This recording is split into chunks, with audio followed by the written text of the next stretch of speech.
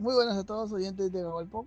Estamos aquí conectados nuevamente después de alguna pausa de un par de semanas a lo mucho con Desiree. Y bueno, hoy vamos a comentarle los nominados a los Emmy 2020, estos premios que son para la televisión norteamericana.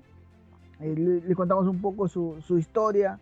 Eh, el Emmy iba a ser llamado antes Ike, el premio Ike, pero el apodo se le daba al iconoscopio de las antiguas cámaras de televisión. Se descartó porque recordaba a un general llamado Eisenhower. Es un héroe de la Segunda Guerra Mundial y bueno, luego fue presidente de Estados Unidos, así que se hizo este cambio. Luego el término Emmy eh, toma un cariz más femenino hasta que se terminó transformando en Emmy, para que así fuera mucho más acorde con la estatuilla diseñada para la ocasión. La estatuilla tiene el modelo de la propia esposa del autor y proyecta la imagen de una mujer con alas sosteniendo un átomo. Sus alas representan la musa del arte y el átomo la ciencia y la tecnología del nuevo medio. Las estatuillas de los Emmy son fabricadas por la misma empresa que fabrica los Oscars.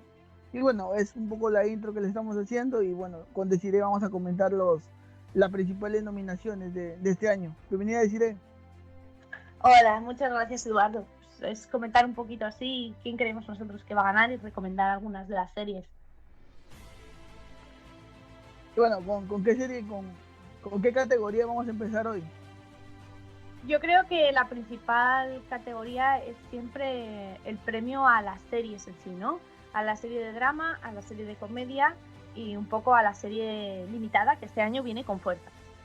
Yo creo que en drama, para ya ponernos en situación, yo creo o me gustaría pensar que se lo va a llevar Handmaid's Tale, el cuento de la criada, que es de Hulu.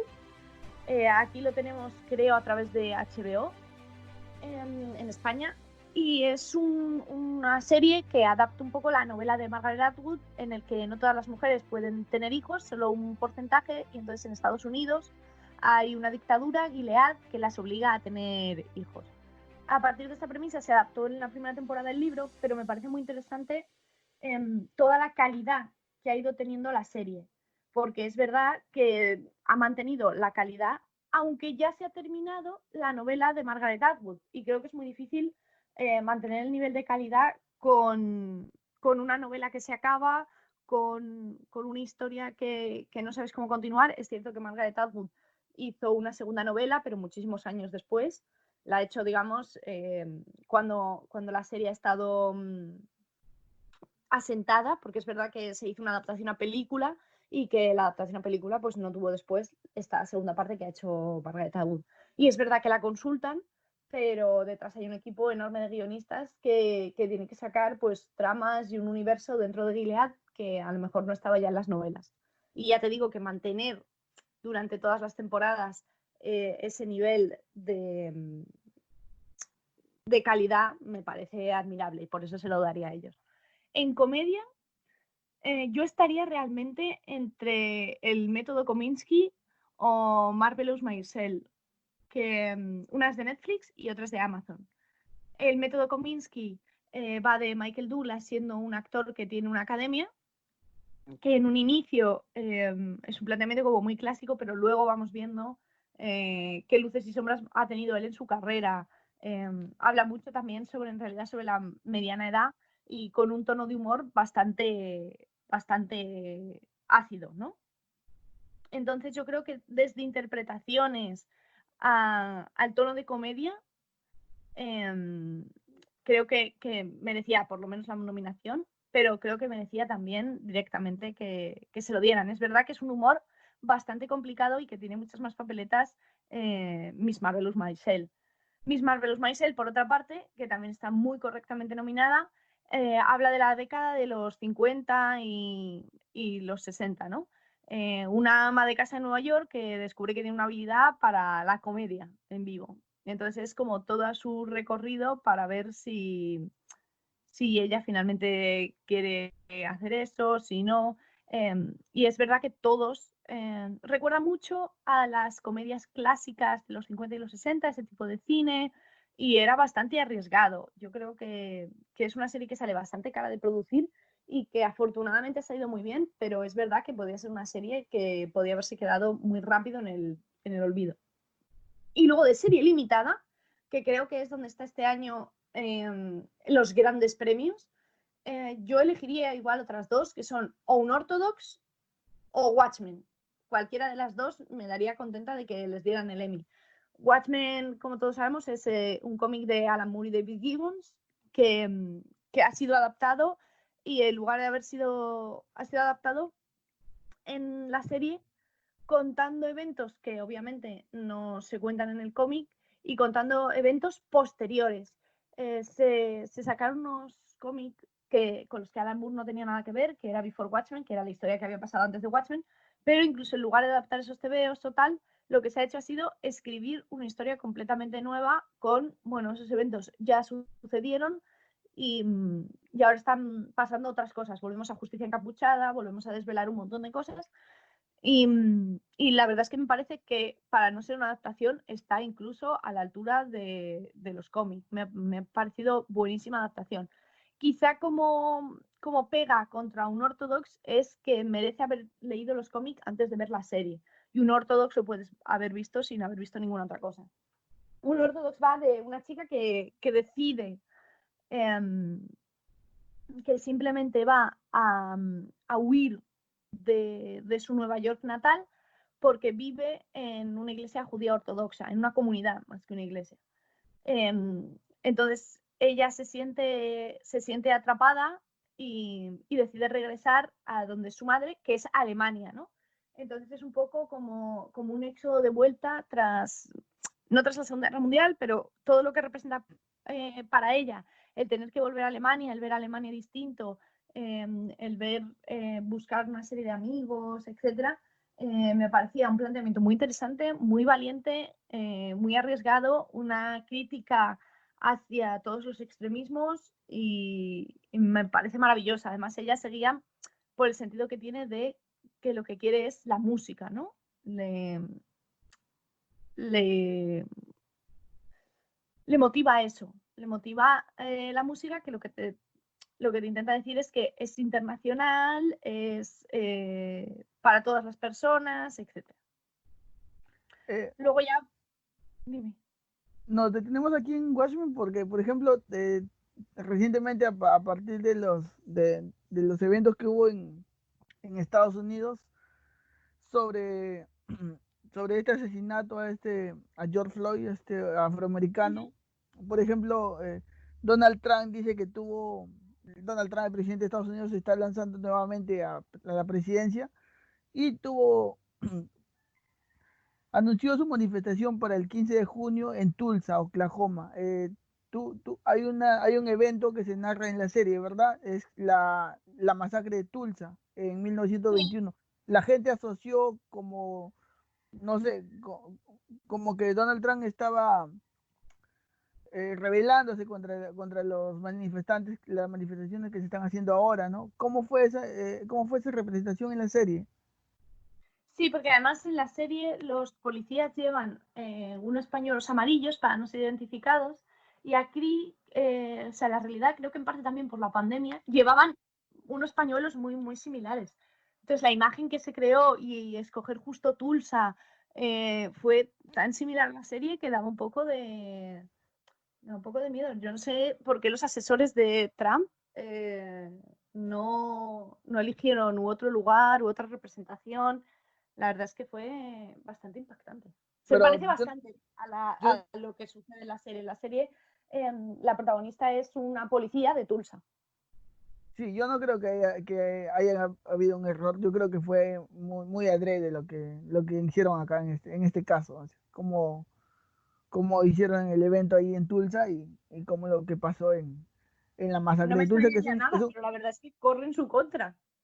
es un evento real. Es un evento real que bueno, yo no sabía hasta que estrenó la serie. No había leído mucho de eso, pero fue algo bien dramático para la población afroamericana ahí en Estados Unidos. Sí, sí, sí, sí. Ya, bueno, la ya verdad. nos extendimos aquí en Washington. ¿Qué otra serie? ¿Qué otra serie Eh, tenemos nominada? Luego también las siguientes categorías sería actor principal de un drama, que yo se lo daría a Steve Carell, no por nada, sino porque normalmente Steve Carell hace siempre papeles de comedia y The Morning Show en el tráiler eran Steve Carell y Jennifer Aniston y yo pensaba que iba a ser una comedia o una serie sin mucha carga dramática y la verdad es que habla de todo lo que está sucediendo en la industria porque son tanto Jennifer Aniston como Steve Carell son presentadores de un morning show, que así es como se llama la serie, The Morning Show, que narra pues la caída libre además de un informativo a raíz de un escándalo, ¿no? Uno de sus protagonistas tiene pues un escándalo que se hace viral y entonces tienen que luchar contra eso, contra toda la gente que se les echa encima, de si estuvo justificado, si no. Y a pesar de que Jennifer Aniston y Reese Witherspoon lo hacen excelentemente bien, yo creo que para Steve Carell, viniendo de The Office, era un papel muy, muy, muy complicado. Eh, y es verdad que Reese Witherspoon, donde brilla es en Big Little Lies, y, y Steve Carell yo creo que se merece la nominación en este año y en esta serie en particular. Como actriz principal en una serie de drama, yo creo que se lo merece bastante ampliamente Zendaya. Es verdad que, que tenemos otras posibilidades maravillosas, pero Zendaya en Euphoria, Euphoria ha demostrado ser un drama muy complicado sobre adolescencia, ha demostrado ser muy realista en el sentido de que no da concesiones por el hecho de que sea para adolescentes o supuestamente para adolescentes. Lo ves como un público más adulto y te ayuda a entender qué está sucediendo ahora mismo en las relaciones, qué ha cambiado Internet en las relaciones particulares, ¿no? Que yo creo que también falta una serie así de adolescentes, pero en la que vinieran los cambios nuevos de relaciones, ¿no? Que es realmente a lo que se tienen que enfrentar. Y Y sí, Zendaya yo creo que... Dime. también hay que recalcar que The Morning Show es una de las primeras series que ha lanzado Apple TV, ¿verdad? Y bueno, la de Zendaya es de clásico HBO. Solamente quería Sí, resaltar eso. sí, sí, sí, sí, sí, totalmente. Y yo creo que Zendaya además ha tenido muchísima presión eh, con el hecho de ir a ser una actriz muy joven que promete bastante, pero protagonista en un papel muy complicado. Entonces creo que debería ser para ella. En actor principal en serie de comedia, yo aquí sí o sí se lo daría a Michael Douglas por el método Kominsky que hablábamos antes. Y yo creo que además si se le diera a Michael Douglas por el método Kominsky, entendería que la mejor serie se le diera a Miss Marvelous Maisel por ir un poco, ¿no? Equilibrando, pero la verdad es que aquí lo merece porque Michael Douglas se marca uno de esos papeles que cierran una carrera, o no sé si lo cerrará, no sé si hará algún otro papel o alguna otra cosa, pero a mí me recordaba al gran Michael Douglas, al Michael Douglas de The Game, al Michael Douglas hablando sobre sí mismo, no sabes, llega un momento en la serie en el que no sabes si está hablando sobre sí, incluso en lo personal, entonces yo creo que se lo merece. La actriz principal en una serie de comedia, yo cogería a Rachel Brosnahan de Miss Marvelous Maisel, que creo que está estupenda y creo que es un papel bastante difícil de llevar. Y hay un papel principal de actor en una serie limitada, ¿no? Que es la siguiente categoría, se lo daría a Jeremy Irons por Watchmen, que también hemos ya comentado, porque además tiene un papel en el que viaja constantemente del pasado al presente, del presente hacia un supuesto futuro. Al principio no entiendes nada de su papel hasta que no va avanzando la serie. Y él consigue mantener todos esos registros, ¿no? Consigue que te creas el misterio del personaje y me parece maravillosa. En la que sí tengo muchas más dudas es en la actriz principal en una serie limitada que yo diría, ok, Blanchett en Miss América, que Miss América no la hemos comentado. el resumen de Miss América. Además, Miss América, ya solo el nombre te guía hacia lo que va a suceder, porque Miss América es el título del concurso de belleza de Estados Unidos. Miss América y Mrs. América era una categoría que se daba a las mujeres casadas, ¿no? Tú podías ser o Mrs., que era que no estabas casada, o Miss, que estabas casada, y de repente salió una categoría nueva que era como Mrs., no sé muy bien cómo se pronuncia, pero que se escribe distinto, que es que tú no querías decir ni que estabas casada ni que estabas soltera. Entonces, jugar con el nombre de Miss América me parece ya de por sí chocante. Pero bueno, la serie en sí es de Cate Blanchett como protagonista, que es una política conservadora que se opone a la enmienda de la igualdad de derechos, ¿no? En los años 70, porque era un proyecto que promovía igualdad de derechos en materia de trabajo, divorcio entre hombres y mujeres, ¿no? Y ella considera que la enmienda arrastraría a la mujer a participar en el ejército, a perder privilegios que tenían como amas de casa. Entonces es muy interesante porque yo creo que es como una deconstrucción de lo que ella piensa como feminismo, lo que es el feminismo. No es una serie que dore la píldora a nadie, no es una serie que trate de posicionarse, sino que intenta equilibrar puntos de vista, comprender por qué alguien en un momento es una antiheroína y luego la vamos entendiendo, entender por qué la gente de más edad le cuesta más adaptarse a los cambios. Entonces, en ese sentido, lo que me parece que Cate Blanchett lleva el alma de la serie y que merece o la nominación o la estatuilla del Emmy. Shira Haas por Unorthodox, que es la protagonista y que igual todo el peso que hemos comentado de Unorthodox recae en ella, unos cambios de registro increíbles. De hecho, hay una escena, sin hacer ningún spoiler, pero en la que le rapan el pelo, que se está despidiendo de sí misma, que me parece brutal y me parece que la podían haber enfocado de cualquier otra manera y constantemente son aciertos y aciertos por parte de ella como actriz. No es una actriz que se quiera ver guapa en pantalla, sino que lo que nos está enseñando es el realismo en la pantalla, aún pudiendo aparecer guapa en ciertas escenas, ¿no? Es decir, mi belleza no está dependiendo de una belleza normativa, de tener el pelo largo o de ir maquillada, sino que está dependiendo de que soy libre. Y eso me parece muy difícil de representar. Y luego está Regina King por Watchmen, que es la policía de Tulsa que te comentaba y que lo merece claramente. Todo Watchmen está muy bien hecho, pero quizá por el peso en las series que tienen Shira Haas o Cate Blanchett se lo daría a ellas, pero estaría como entre esas tres, ¿no? No podía decidirme entre esas tres.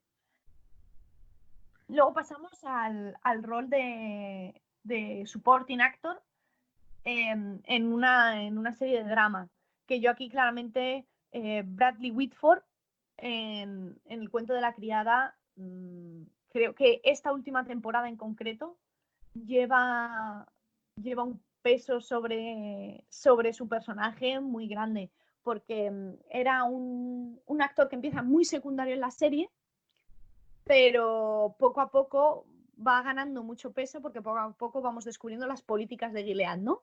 Y es él el que toma toda esa conciencia de cómo es Gilead, que tiene que está en cada mano en realidad sostener un sistema, ¿no? Y eso es un poco lo que representa el personaje de Bradley Whitford, el saber qué haces tú, ¿no? El preguntarte qué haces tú en un sistema así, y me ha parecido muy interesante.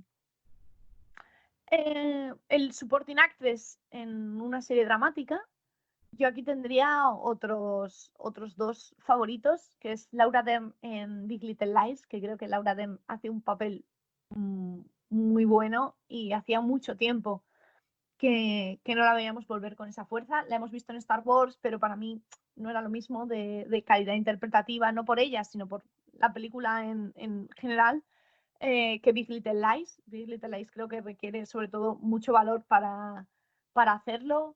Es una serie que se ha producido, dirigido, actuado entre mujeres y además mujeres con unas características muy concretas, ¿no? Casi de Hollywood, que eran mujeres que en su momento fueron catalogadas de sex symbol, pero que ya no lo eran. Y, y que estamos ante una era en la que en lugar de esas mujeres permanecer calladas y darle la sonrisa a las mujeres que vienen, no solo le siguen dando la sonrisa a las mujeres que vienen, sino que ellas se siguen validando y siguen diciendo, pues si no nos contratáis, hacemos nuestra propia serie, como fue el caso de Reese Witherspoon, Laura Dern y Nicole Kidman en Big Little Lies, y se marcan una serie muy buena, creo que sigue manteniendo muy claro el nivel y que se siguen apoyando entre ellas, y creo que Laura Dern hace un papel increíble. Entonces, Laura sí, Dern también ganó el Oscar, no olvidemos, este año sí, con Historia de un matrimonio y ese discurso que sí, le da a Scarlett Johansson, que es algo de la Virgen, no recuerdo el título del discurso, pero muy, muy bueno sobre lo que se espera sí, de la sí, sí, mujer. totalmente de acuerdo, Y así que totalmente de puede ser acuerdo. su año de Laura Dern. Sí, sí, sí. Que además en los Oscar, para mí fue una pena que se lo dieran a Laura Dern y no a, aunque sé que eran categorías distintas, y no a Scarlett Johansson, que también me parecía que en Historia de un matrimonio había hecho, todas las actuaciones son impecables, impecables, pero sí, sí, Me agrada que Scarlett quiera salirse ya del papel de sex symbol. Se nota que está esforzándose. Supongo que va a hacer algunas otras películas ya donde termine saliendo del encasillamiento de mujer sexy. Y supongo que es lo que está haciendo ella, pues, ¿no? Por eso que se pone a hacer este tipo de películas. También la vimos en Jojo Rabbit, sí, en Historia de Matrimonios. Está esforzándose la chica. sí, sí, sí, yo creo que Hollywood, a fin de cuentas, sigue teniendo el icono, ¿no? De que la que hace de chica sexy no puede obtener el Oscar o el Emmy o el tal. Que ahí también habría que plantearse ese paradigma, pero sí, estoy completamente de acuerdo. Creo que quiere hacer ya otro tipo de papeles. Sí, buenísimo. Y luego mi otra apuesta dentro de esta crítica secundaria en drama sería Tandy Newton en Westworld, porque creo que Tandy Newton es otra de esas mujeres que ha estado luchando toda su carrera por grandes, buenos papeles. Creo que Westworld, desde el inicio, ella consigue afianzarse en la serie. Yo particularmente de Westworld, que esto ya es una apreciación personal, soy más de la primera temporada que del resto. O sea, me gustó muchísimo más la primera temporada, con mucha diferencia que el resto, pero creo que Tandy Newton ha mantenido en todo momento una calidad hacia su personaje, hacia su actuación. Ahora con todo el tema de Black Lives Matter, se ha animado a hablar de lo que ha supuesto para ella en la industria ser una mujer negra, haber trabajado con gente muy conocida. Entonces creo que realmente merece, por supuesto, la nominación y merecería ganarlo. Me parecería justo. La siguiente categoría que tenemos es la de Supporting Actor en una serie de comedia. A mí me gusta mucho más, haciendo un inciso así antes de decirlos, me gusta mucho más la denominación de supporting que de secundario, ¿no? La traducción de supporting que hacemos a español es la de actor secundario, y me gusta muchísimo más actor que ayuda al rol principal, más que categorizarlo, ¿no? Como secundario. Pero claro, creo que no hay una palabra en español como para decir supporting en ese sentido. Pero yo siempre lo he pensado, por eso intento cambiar como de supporting a secundario, a hacer la traducción, pero sin que, ¿no? Bueno, supporting actor en un rol de comedia, yo creo que está entre Sterling K. Brown y Tony Shalhoub, no sé si lo digo bien, de Miss Marvelous Maisel. Los secundarios en Miss Marvelous Maisel son maravillosos. De hecho, la siguiente categoría, que es Supporting Actress, igual estaría entre Alex Borstein y Martin Hinkle, porque Miss Marvelous Maisel es una serie, sí, tiene una protagonista clara, pero es una serie que tienen bastante peso los secundarios que van opinando, cómo van actuando, cómo van apoyando todas las actuaciones, todo el guión. Así que los grandes nominados en comedia en secundarios, yo veo a los de Miss Marvelous Maisel en general. En una serie limitada, el supporting actor, yo aquí estoy entre Dylan McDermott y Jim Parsons, ambos de Hollywood. Hollywood es una serie que ya hemos comentado en Gawal Pop. Y es una serie que narra pues todo el Hollywood clásico, ¿no? Cómo era el Hollywood clásico, pero con el twist de ser casi una utopía.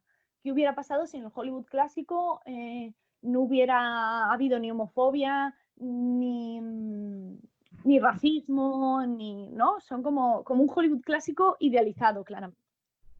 Sí, y Hollywood la comentamos con Moisés y hace algunas semanas. Búsquenlo ahí, está en el canal o en Spotify, en donde quieran escucharlo. Y además de que Jim Parsons ya es bueno, acá dicen una palabra, caserito de los Emmy, y está muy acostumbrado, ¿verdad? A ir ganando estos premios. No sé cómo le irá contra Dylan McDermott. Yo creo que la verdad Dylan McDermott se lo merece bastante. O sea, yo me parece que ahí ya depende de la academia a quien quiera, ¿no?, dárselo, pero creo que se lo merece y que además es una oportunidad, porque como tú dices, Jim Parsons ya ha estado ahí, ya ha estado en los Emmys muchísimo con Big Bang Theory, pero Dylan McDermott, no sé yo hasta qué punto habrá estado. No sé si es su primera nominación o no, pero merecería también ganarlo. En supporting actress de una serie limitada, claramente Jan Smart en Watchmen hace un papelón. Yo creo que tiene muchísimas posibilidades de que se lo den. Es el personaje, sin intentar desvelar nada por si queréis ver Watchmen, es el personaje que une el pasado y el presente. Es un agente del FBI y poco más puedo contar sin desvelar nada. Claro Y me sí. parece No, sí, cuenta. y me parece maravilloso el hecho de que no es un papel de lo que nosotros veríamos como normalmente una persona mayor, sino el consejero, sino que es un papel muy, muy, muy rockero. Es un papel muy macarra, es un papel muy novedoso y yo creo que Jan Smart lo merece, lo hace impecablemente y lo merece. Luego tenemos el voiceover. El voiceover es una figura que hay en Estados Unidos, bueno, que también hay aquí, que es el del doblador. En Estados Unidos se usa también incluso para retocar las películas, incluso en imagen real. O sea, un actor puede tener un voiceover en un momento determinado en imagen real. Por eso cuando se dice lo de que se ven, no, es que yo la veo en original. Bueno, tú ves en original el corte que ha hecho el director, pero cualquiera de los actores que estás viendo en pantalla puede tener un voiceover y no ser su voz o su actuación original. Pero también se asocia en Estados Unidos y aquí, por supuesto, al doblaje, a series animadas o imagen real pero que necesita de algún personaje que va a ser animado, etc. Yo creo que este año los posibles ganadores son o bien Nancy Cartwright por Los Simpson. Nancy Cartwright es la voz clásica de Bart Simpson, de Nelson, de Ralph, que eso es que es una voz bastante reconocida, que ha estado ya premiada un montón de veces. Entonces, otro de los nominados es Hank Azaria, que es el que hace el profesor Frink, de Moe, del chef Bigun, también por Los Simpson, que hace muchísimos secundarios, pero que son secundarios, pero son muchísimos. Entonces, prácticamente está en un montón de capítulos de Los Simpson, porque si no hace un personaje, hace otro y siempre aparece alguno, ¿no? Siempre aparece Moe o Bigun o incluso en varios capítulos llega a hacer de varios personajes.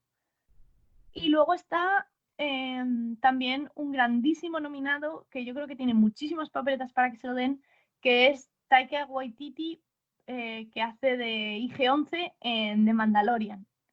Mandalorian es una serie de Star Wars que está ahora mismo en Disney Plus, en la nueva plataforma. Ha sido uno de los buques insignia de la nueva plataforma de Disney Plus. Y es una especie de western de Star Wars, ¿no? Yo creo que junto a la película de Han Solo, Mandalorian es de lo mejor de la nueva era, ¿no? Si yo tuviera que coger algo de la nueva era, sería la serie del Mandalorian, el Mandaloriano, lo han llamado aquí, y la película de Solo. Esa película tuvo muy mala recepción en cuanto a taquilla. No la llegué a ver porque ya me desanimó todo lo que se habló sobre esa. A mí me gustan más que que la trilogía nueva. Es verdad que es una película puramente de aventuras, muy en el sentido incluso de Indiana Jones. Y es una película que obviamente es en el universo Star Wars, pero no hace constantes guiños como la nueva trilogía, ¿no? Yo creo que la película tuvo, no sé si es una falla, pero el hecho de que Harrison Ford esté prácticamente apropiado del personaje evita que cualquier otro actor que quiera cogerlo lo pueda interpretar bien para el fandom, digo, ¿no? Porque siempre leí, yo hablo de leí porque no soy tan fanático de Star Wars, eh, que no sé si era una crítica a su actuación o qué, pero lo comparaban demasiado con Harrison Ford y es algo muy alto por ese actor. Claro, yo creo que una vez que ves ese tipo de cosas, también te tienes que quitar de la cabeza que obviamente van a intentar que se parezca, porque hace de un Han Solo joven, pero llega un momento en el que te tienes que quitar de la cabeza y decir, vale, pero no es Harrison Ford, ya está. ¿Sabes? Como tu idea inicial y decir, bueno, voy a ver qué me ofrece esta, independientemente de las películas de Star Wars. Yo creo que es una película que envejecerá bastante bien porque no se plantea ningún, ya te digo, simplemente el personaje de Han Solo y estar ambientada en el mismo universo, pero no se plantea ninguna deuda con las originales. Entonces está bastante bien. ¿Y luego qué seguimos? ¿Programa animado? Sí, bueno, comentar eso, que si el invitado, o sea, que si alguien quiere ver el Mandalorian, va de un cazarrecompensas que se ve abocado a seguir en su empleo para obtener los créditos para su comunidad. Y teniendo eso, ¿no? Teniendo un poco en la cabeza del personaje de Boba Fett, es lo mismo, es un cazarrecompensas, por si alguien se anima a verlo. Y el nominado es Taika Waititi, que hace de IG-11, que es un droide. Y vamos, yo se lo daría ya por el hecho de ser Taika Waititi solamente. Pero es que además consigue hacer de todo este hombre. Consigue actuar, consigue hacer voiceover, consigue dirigir, todo de manera muy solvente. Entonces yo creo que se lo merece ya solo por eso. De programa animado, yo creo que este año claramente se lo merecen o BoJack Horseman, que creo que era su última temporada, que ha sido una serie irreverente, ha sido una serie, si alguno la queréis ver, va sobre un actor fracasado, pero en clave de animación y todos los personajes son animales. Un poco como un Black Sad macarra. Y BoJack Horseman yo creo que no ha tenido ningún límite en nada del humor que ha usado. Ha sido una serie bastante entretenida. Hacia el final perdía, yo creo, lo mismo un poco el foco con el que empezó, pero merecía la pena. Y creo que desde luego merece el Emmy a su última temporada, o a la que va a ser su última temporada. Y por otra parte, Rick y Morty, que creo que si no lo conocéis, son Ricky o Rick, que es un niño que acompaña a su tío Morty, Su que abuelo, es su abuelo. a su abuelo, correcto. A su abuelo Morty a aventuras a través del espacio y del tiempo, un poco como en Regreso al Futuro, es una especie de Regreso al Futuro adaptado a tiempos modernos, o así lo veo yo, ¿no? Tiene muchísimos guiños a la ciencia, es muy simpática, incluso aunque no sepas detectar esos guiños, consiguen que el público al que va dirigido sea muy, muy amplio, entonces yo creo que también lo merecerían este año, la verdad. Sí, igual ahí ambas series las he visto y creo que la última temporada de BoJack se lleva por encima a Rick y Morty. El hecho de que BoJack sea una serie que va avanzando a lo largo de las temporadas como una serie eh, con personas reales, creo que la pone un escalón encima de Rick y Morty, que es una serie de episodios independientes. O sea, tú puedes ver la primera temporada y saltarte la tercera la segunda, ver cualquier capítulo era aleatorio y no vas a encontrar ningún hueco. En cambio, Boyac sí tienes que seguirla religiosamente desde la primera hasta la sexta temporada para que la puedas entender. En Boyac mueren personajes, salen personajes. Por todo el tema que tiene, creo que Boyac sí al menos este año, debería ganarle a Rick y Morty. Rick y Morty muy buena, me pareció un nuevo Los Simpsons, pero me inclino por Boyac. Sí, sí, sí. O sea, estoy contigo en esa apreciación. Luego tenemos cinematografía grabado con una sola cámara, que en este caso creo que hay un clarísimo ganador, que es Eric Messersmith con Mindhunter. Eh, se lo den a alguna otra persona, pero vamos, Eric Messersmith ha estado usando la red Xenoform de Fincher para grabar Mindhunter.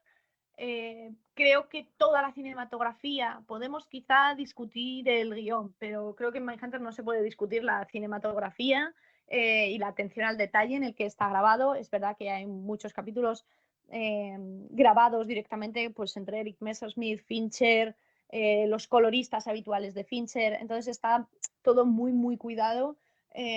Los personajes prácticamente están ya no solo maquillados, sino esculpidos con la luz de la serie y reflejar eso en cámara es muy, muy, muy complicado.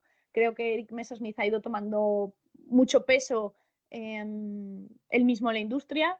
Es el cinematógrafo, todavía no lo hemos podido ver, obviamente, pero por lo que todo el mundo dice, va a ser otra gran obra maestra de Fincher, que es Mank, que es, digamos, su película soñada, y ha confiado en Eric Messersmith para hacerla. Entonces yo creo que es una gran apuesta. Es la única nominación de Mindhunter en los Emmy, que en este sentido yo creo que Mindhunter tiene tanto grandes actores principales como actores secundarios que quizá hubieran merecido una nominación. El diseño de vestuario, el diseño de producción también. Y de momento es la única, bueno, de momento ya, para este 2020, es la única nominación. No sabemos si va a haber más serie, que quizá es lo que haya frenado un poco, ¿no? A nominarlo a los Emmy. No sabemos si es una serie que va a continuar o no.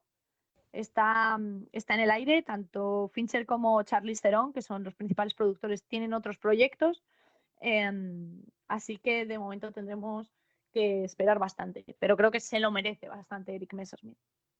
La cinematografía en una serie limitada está entre Xavier Grobet, que hace Watchmen, y Gregory Middleton, que también hace Watchmen. Yo creo que Watchmen, en cuestión de cinematografía y de planos, y de quizá también después edición, que sería otra categoría, edición de esos planos, creo que es una clara ganadora en la serie limitada.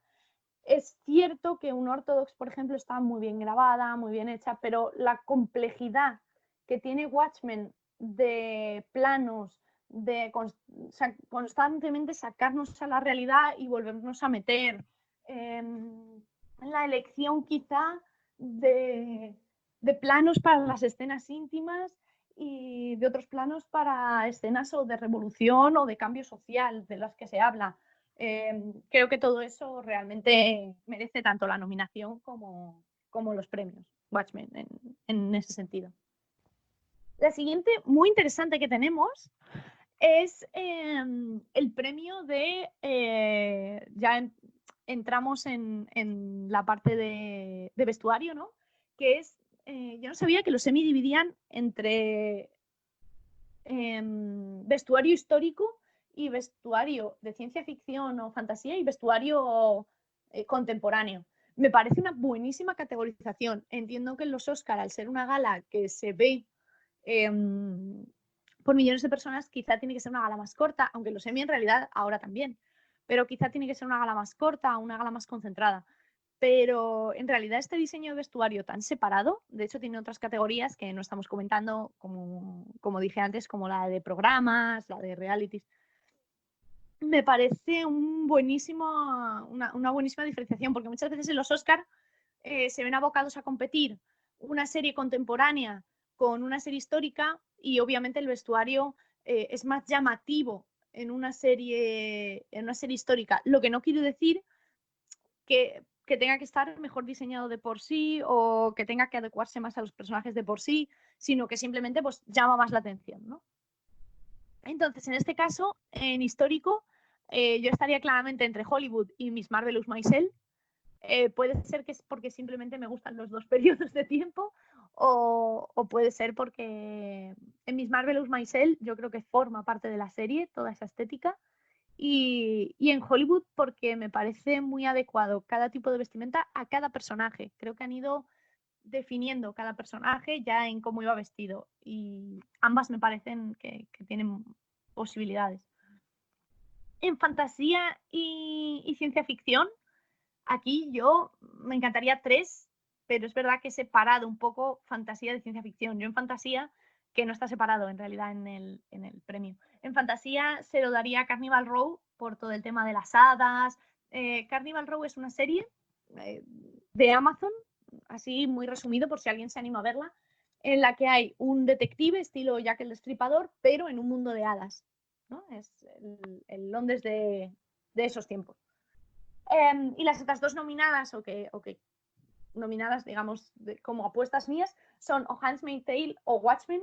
Ambas se lo merecen. En ambas los diseños de vestuario son esenciales. En Handmaid's Tale han llegado a ser icónicos, ¿no? Sus criadas vestidas, la diferencia entre Canadá y Estados Unidos, también marcado por vestuario. Entonces, creo que lo merecen. Y Watchmen, igual, esos policías que antes comentábamos, cubiertos, esa búsqueda de la iconicidad también me parecía bastante relevante. En contemporáneo, en realidad yo se lo daría o a un ortodox por la complicación de reflejar el mundo ortodoxo, de reflejar la boda, de reflejar cómo visten ellos en su ámbito privado, todo eso. Y por otro lado, Euforia. Creo que Euforia define igual muy bien los personajes a través de la ropa y que se lo merecen.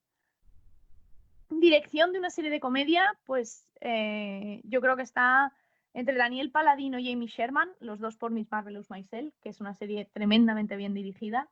Will y Grace, Will of Lucy, de la NBC, que bueno, es una serie de hace ya bastante tiempo que esta nominación es de James Burrows y creo que puede tener alguna papeleta. No obstante, yo estaría dudando entre a quién de Miss Marvelous Maisel se la doy. La dirección de una serie de drama,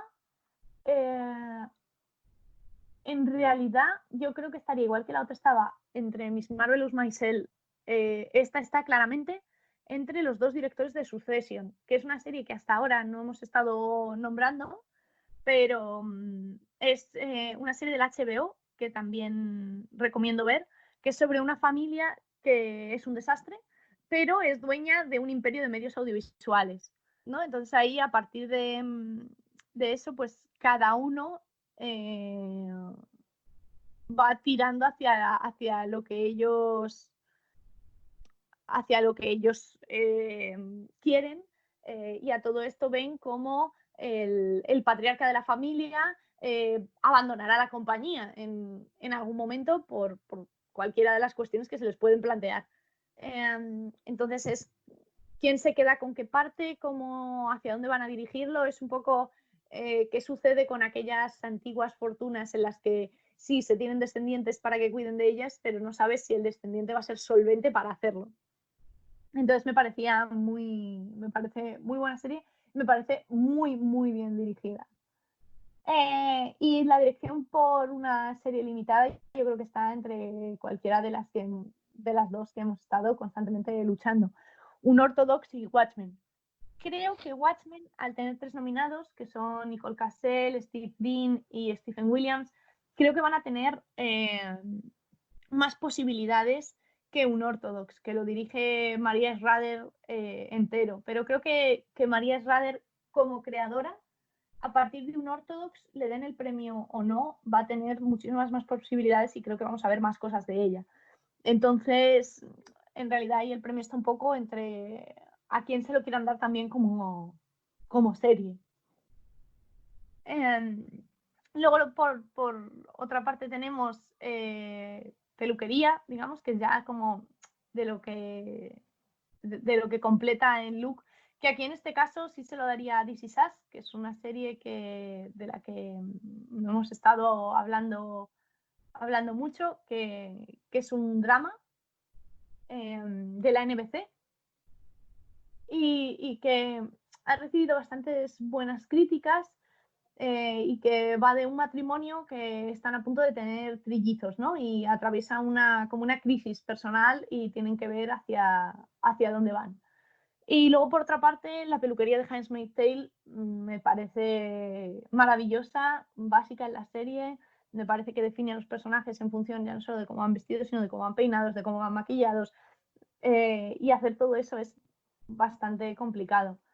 En peluquería histórica creo que está un claro ganador, que es The Crown, en la que la peluquería hace que se parezcan directamente a los personajes originales, ¿no?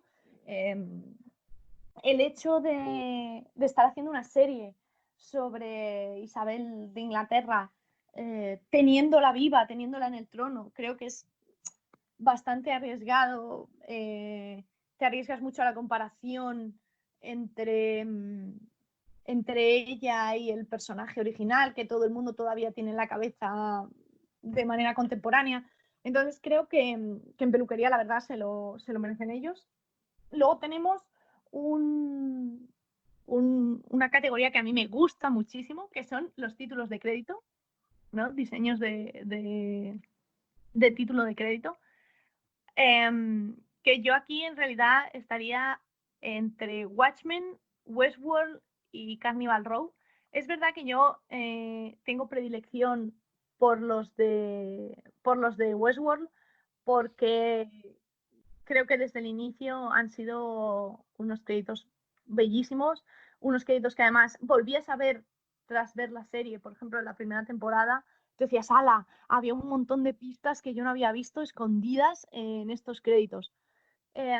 Los de Carnival Row me parecen muy impresionantes por el hecho del mundo de las hadas, de ese mundo de fantasía, y los de Watchmen me parecen una declaración de intenciones porque me parece que respetan los tebeos y respetan esa estética desde los créditos, que no es fácil, ¿no? Podrían haber ido por otro lado. El maquillaje, que ya es de las pocas estas que nos quedan, contemporáneo, sin prostéticos, me parece muy interesante que los Emmy dividen entre algo prostético y el maquillaje no prostético. Igual, porque hay maquillajes muy impresionantes que en realidad, claro, como has llevado muchísimas capas de muchísimas cosas encima, son mucho más elaborados que un maquillaje contemporáneo sin prostéticos, pero claro, tú tienes que buscar definir al personaje. Yo creo que en este caso estaría entre Handmaid's Tale y Euphoria. Creo que Euphoria, si hay algo donde brilla, es sobre todo en los maquillajes de los personajes y en los maquillajes de chicas que están buscando su lugar, ¿no? En el que se ve perfectamente. Hay otros personajes en Euphoria también muy definidos por el maquillaje y yo creo que que en realidad se lo merecen. El de histórico se lo merece claramente Miss Marvelous Maisel. Y luego ya empezamos con los prostéticos, que aquí hay dos grandes nominados, digamos, que son Mandalorian y American Horror Story, que es una serie a la que por ahora no hemos hablado.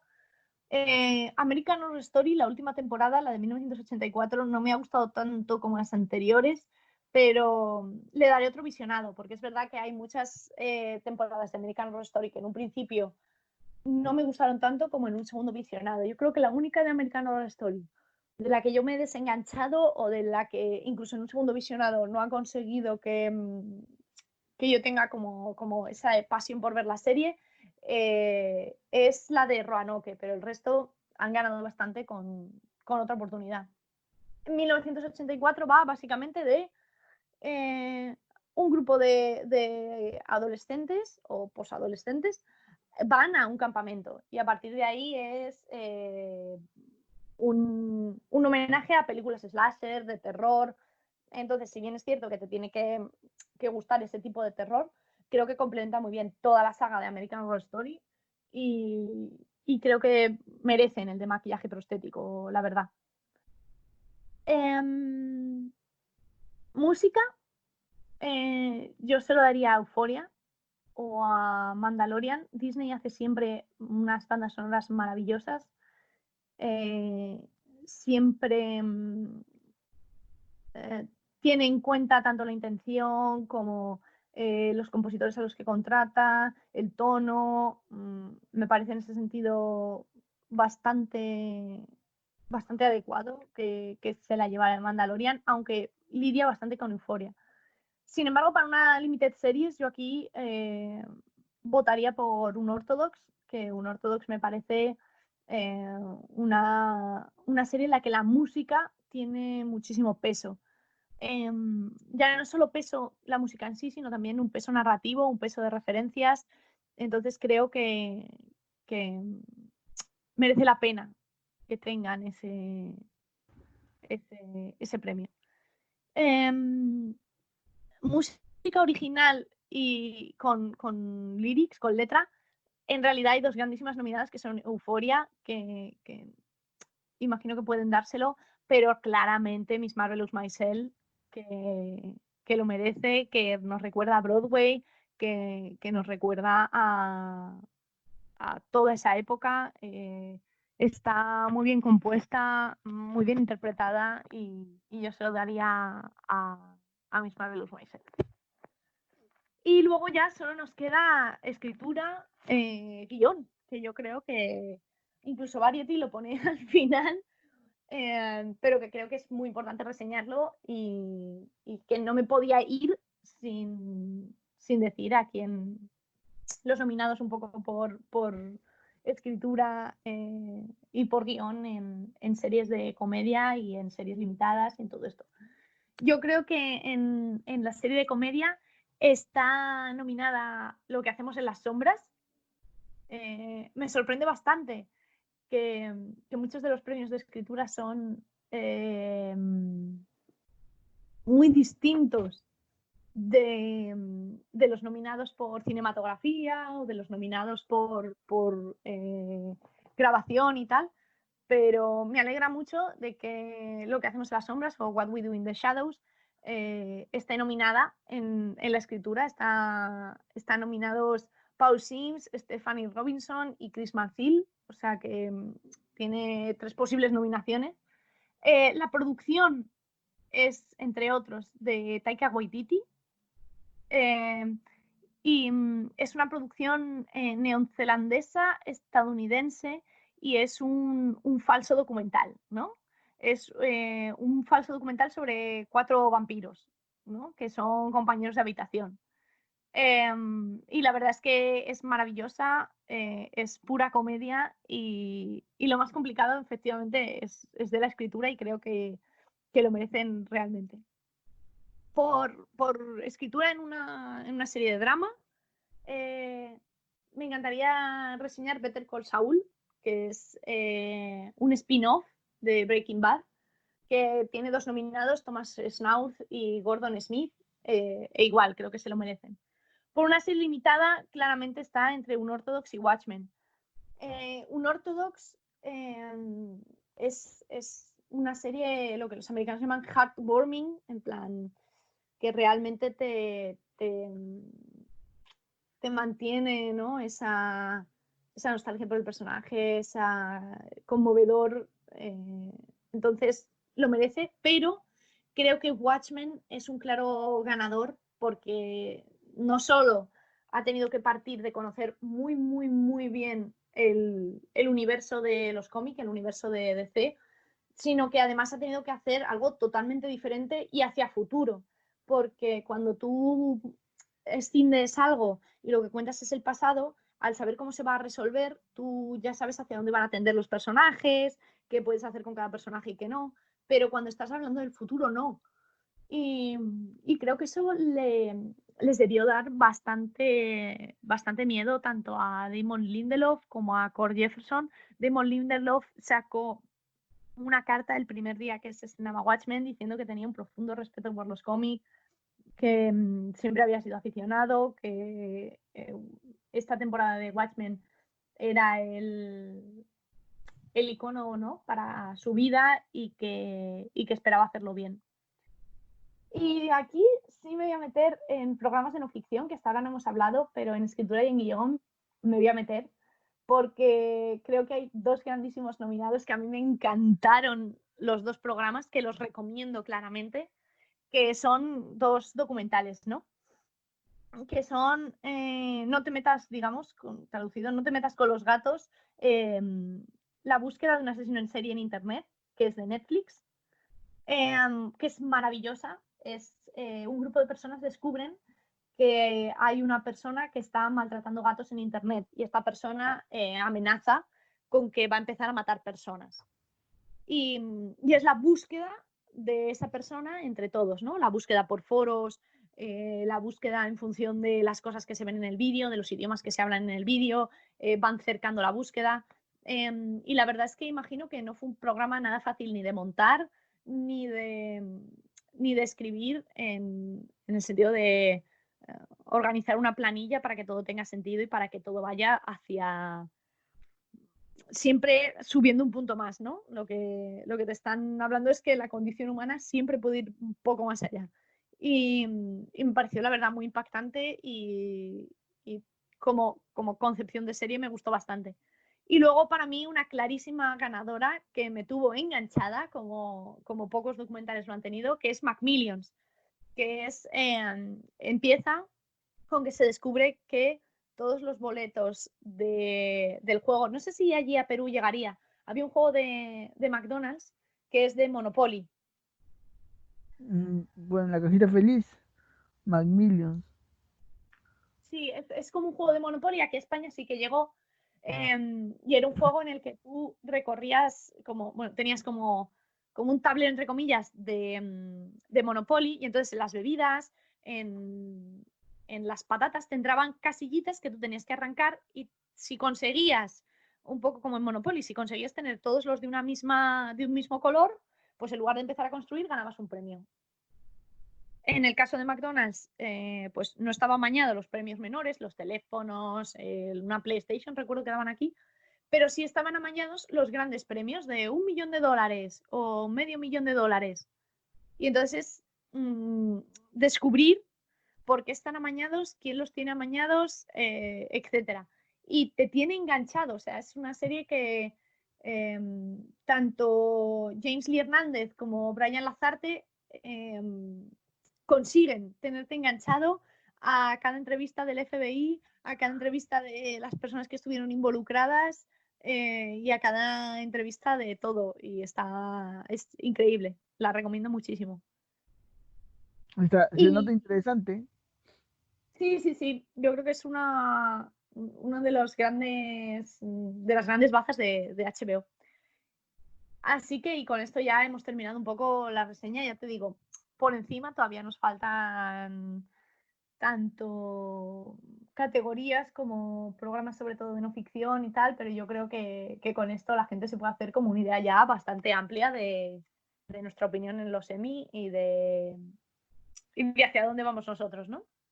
Claro, también para recalcar, Netflix ha tenido 160 categorías nominadas y HBO ha tenido 107.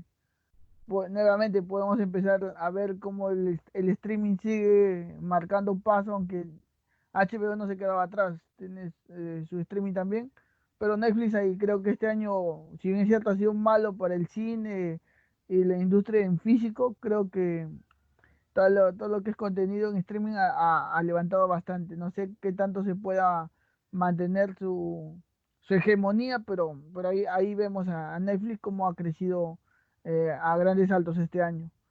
Otro del dato Sí, curioso de este Emmy es que será un Emmy online. Es todo un reto, en verdad. mm, todos sabemos de la Comic Con que fue online también en junio, veintitantos de junio. Lamentablemente creo que pasó un poco desapercibido por el hecho de que Disney y DC no estuvieron presentando nada, nadie quiere presentar nada, pero no sé si le fue bien realmente a la Comic con todo lo que presentó. Es todo un reto para los de los Emmy a hacer este evento, no sé cómo lo irán a hacer, si montarán el show tal vez igual, pero sin invitados, sin nada, pero vamos a ver, pues, ¿no? yo creo que nadie se está aventurando a, a decir nada porque tienen miedo sobre todo por los, por los estrenos, ¿no? Por decir algo que a lo mejor estoy patrocinando, luego lo mismo no tiene esa salida. Marvel todavía, en lugar de hacer algo nuevo, todavía piensa imagino, en estrenar La Viuda Negra, si va a salir, qué cantidad de público va a ir a verla. Pero yo creo que estas son apuestas que los estudios tenían prácticamente seguras antes del COVID. Pues, imagino que tendrían una estimación de taquilla. Es cierto que a lo mejor Viuda Negra solo pues va menos gente que a ver Los Vengadores en total, ¿no? Pero es verdad que son películas que calientan la taquilla antes de un nuevo Vengadores, que pueden presentar nuevos personajes, es decir, un Vengadores nuevo con gente nueva no tendría sentido si no se han presentado un poco antes o si no ha sido hablando de esos personajes. Entonces, yo creo que los estudios, y sobre todo Marvel, tenía todo medido para que sucediera en escalada una cosa después de otra, ¿no? Entrábamos en una etapa nueva en la que no iba a haber Iron Man, no iba a haber muchísima gente. Eh, y claro, preparar todos esos nuevos ahora sin saber si vas a estrenar o no, sin saber si esa película se puede quedar antigua o no, sin saber las condiciones de rodaje. El otro día comentábamos que Jurassic World ha tenido que subir 5 millones de su presupuesto solo en protecciones contra el COVID. Eso quiere decir que que si nosotros vamos a hacer una película multimillonaria y además se le van a añadir otros 5 millones por protecciones contra COVID, etcétera, y además no vamos a saber qué va a suceder en taquilla, pues yo creo que va a haber bastante miedo por los estudios por producir cosas. Y luego otro problema que se tiene es que si se hace todo aquello de lo que se está hablando, corremos el riesgo luego de una sobreproducción una vez que se termine toda la etapa de coronavirus, que tampoco sabemos cuándo va a terminar. Entonces yo creo que Claro, es algo como muy complicado para los estudios. sí, es como que se junten todos en un solo año, tendrían que comenzar a seguir aplazando para que no se junten todos, no se aglomeren todos los estrenos y al final resultan perdiendo entre ellos mismos, ¿no? Va a ser Eso es. va a ser demasiada oferta para tan poca demanda. Eso es, imagino que habrá cosas que se estén planteando cancelar, pero claro, de todo lo que tú ibas a ofertar, ¿qué es lo que cancelas? ¿Qué es lo que no? Si sigues produciendo, porque no nos olvidemos de que Disney, imagino que ha sido una grandísima empresa afectada por el coronavirus, en el sentido de que ha tenido sus parques cerrados o a medio gas. las producciones sin poder estrenarse. Entonces, yo creo que Disney va a intentar tirar bastante de Disney Plus. De hecho, ha habido muchas películas que se iban a estrenar que se han pasado directamente a Disney Plus, que son Artemis Fowl, por ejemplo. Y creo que lo van que la industria en general va a tener mucho respeto en torno a todo esto, ¿no? Que había una burbuja de producciones cada vez más grandes, cada vez más fuertes, y que lo mismo nos vemos un poco abocados a durante unos años tener que cortar eso. Claro, yo creo que producciones grandes son las que van a tener más problemas, porque las producciones pequeñas pueden mantener su apuesta, ¿no? No va a ser tan complicado para ellos porque tampoco aspiran a ganar los millones que gana una megaproducción, así que ahí tenemos lo que es los estrenos post-COVID. Vamos a ver qué pasa con eso. Bueno, creo que con esto cerramos. Ha estado interesante hablar sobre todos los semis. Estamos muy acostumbrados nosotros a hablar de cine, pero hoy nos hemos centrado a hablar en series y los semis sirven también para que nos ayuden a conocer alguna serie que tal vez nos conocemos. Yo deciré, como se habrán dado cuenta, es más experta que yo en cuanto a series. Y bueno, escuchen sus recomendaciones, véanlas y bueno, pueden comentarnos, sugerirnos y estamos ahí atentos. Efectivamente, y nada, que espero que la gente disfrute de la gala de este año, aunque sea online. Sí, y la vamos a comentar obviamente, es el 20 de septiembre si no me equivoco y ni bien cabe vamos a tratar de conectarnos y vamos a ver qué nos ha parecido. Muchísimas gracias, Desiree. Un saludo. Nada, siempre a ti. Un saludo.